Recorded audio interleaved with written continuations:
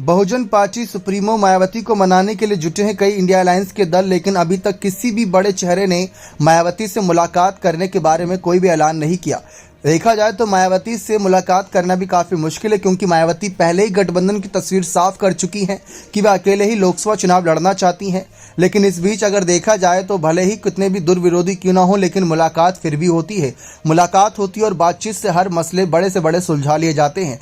किसी को उम्मीद नहीं थी कि सपा बसपा एक बार फिर से गठबंधन में आएगी, लेकिन साल 2019 के चुनाव में ऐसा हुआ था। रालोद भी समाजवादी पार्टी विरोधी रही थी, लेकिन रालोद भी सपा के साथ गठबंधन में आकर महागठबंधन का ऐलान किया था। ठीक वैसे ही अगर मायावती से इस बार राहुल गांधी अगर मुलाकात कर लेते तो हो सकता है बात बनती नजर आए।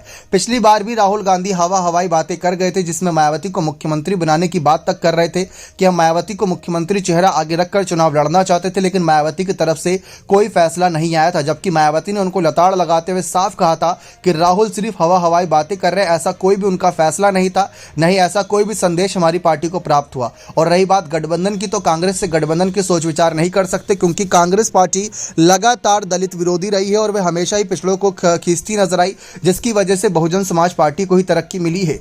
इस बार देखा जाए तो राहुल की न्याय यात्रा पहुंची हुई उत्तर प्रदेश में।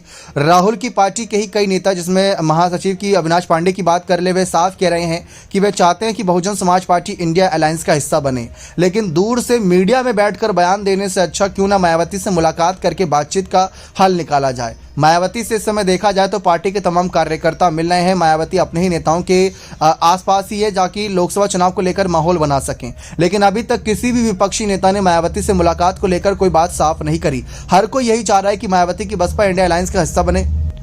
जहां तक बात करें, इंडिया अलायंस के सूत्रधार रहे थे नीतीश कुमार, जो भले ही इंडिया अलायंस से अलग हो गए, लेकिन उन्होंने भी मायावती से मुलाकात नहीं करी थी।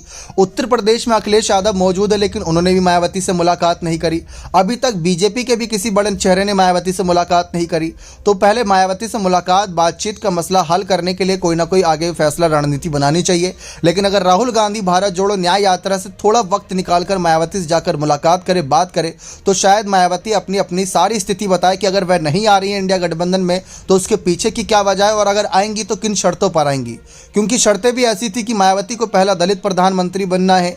मायावती की पार्टी अब मंत्री पद भी चाहती है, इसीलिए वे आगे मेहनत मशक्कत करेगी, क्योंकि काफी लंबे वक्त से सत्ता से दूर है। लेकिन अगर राहुल मायावती से मुलाकात करते हैं तो हो सकता है कि माहौल बदले, और नीतीश कुमार जो मायावती से मुलाकात नहीं किए थे और अब खुद ही पाला बदल लिए, तो वहां से भी स्थिति को साफ किया जा सकता है। क्या आपको लगता है कि राहुल और मायावती के बीच मुलाकात होनी चाहिए या नहीं? अपने कमेंट सेक्शन में जरूर रखिएगा। बहुत बहुत धन्यवाद।